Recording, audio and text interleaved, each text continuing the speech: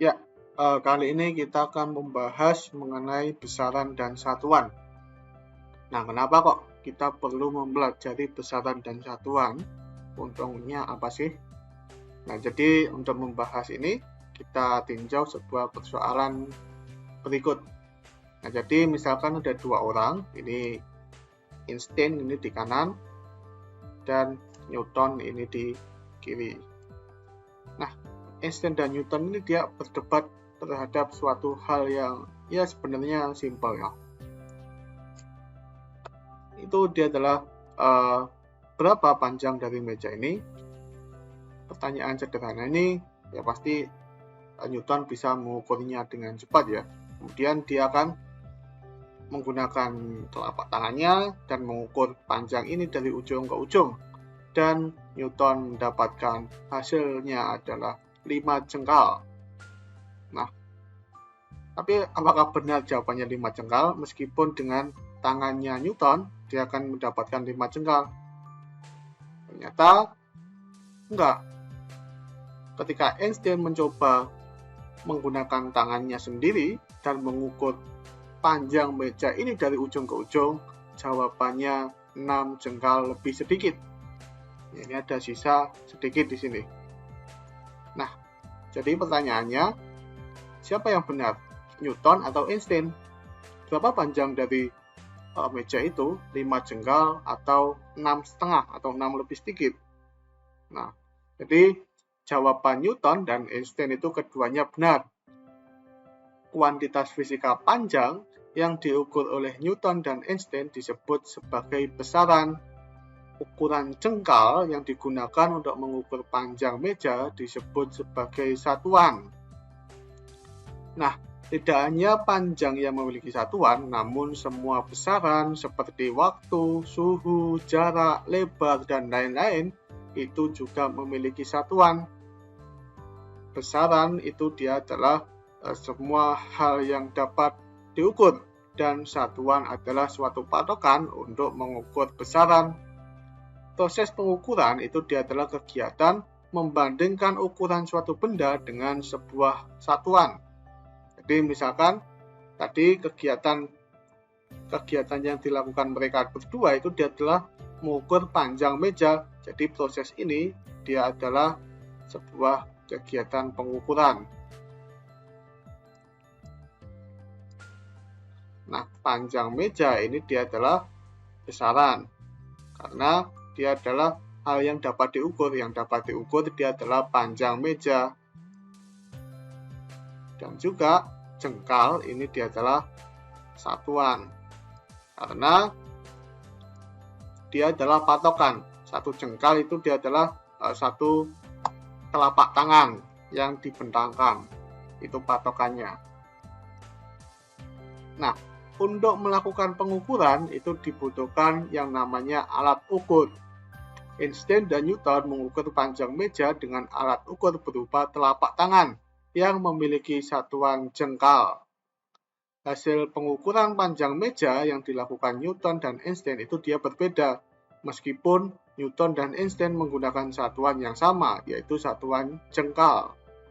Hal ini karena satuan jengkal yang diukur menggunakan telapak tangan, di mana ukuran telapak tangan Newton dan Einstein itu berbeda. Kalau dilihat-lihat tadi, panjang meja yang diukur Newton itu 5 jengkal, dan panjang meja yang diukur Einstein itu 6 jengkal lebih sedikit. Artinya, telapak tangan yang dimiliki Newton itu lebih besar daripada telapak tangan Einstein gitu loh.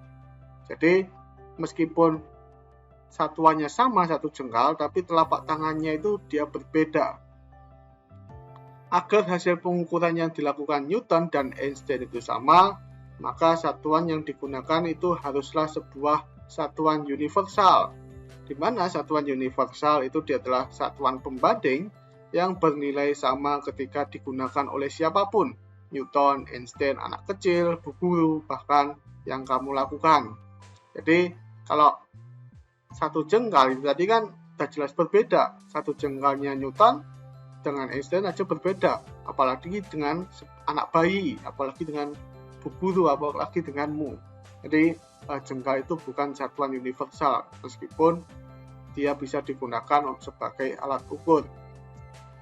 Jadi satuan universal yang pertama itu ada satuan internasional atau SI. Satuan internasional itu dia adalah sebuah satuan pengukuran modern yang berguna untuk mendefinisikan pengukuran suatu besaran yang disepakati oleh para ilmuwan dan satuan acuan yang paling umum digunakan. Dalam satuan internasional terdapat 7 besaran pokok yang digunakan sebagai dasar untuk menetapkan besaran lain. Jadi ada besaran panjang yang disimbolkan L biasanya, tapi kadang bisa D yang memiliki satuan meter dan simbol satuannya M kecil ya. Kemudian massa, simbol besarannya M, satuannya kilogram, simbol satuannya kg. Waktu, simbol besarannya T, satuannya detik atau dalam bahasa Inggrisnya second, dan simbol satuannya S kecil. Kuat arus listrik, simbol besarannya I, satuannya ampere, dan simbol satuannya A besar. Kemudian suhu atau temperatur, simbol besarannya T besar, satuannya Kelvin, simbol satuannya K besar.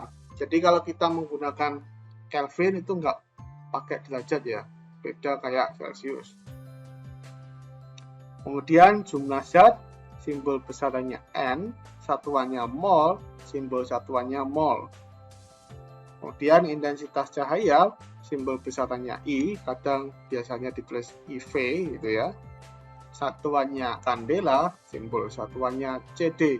Jadi ada 7 besaran pokok yang digunakan sebagai dasar untuk menetapkan besaran lain. Nah, besaran lain itu apa?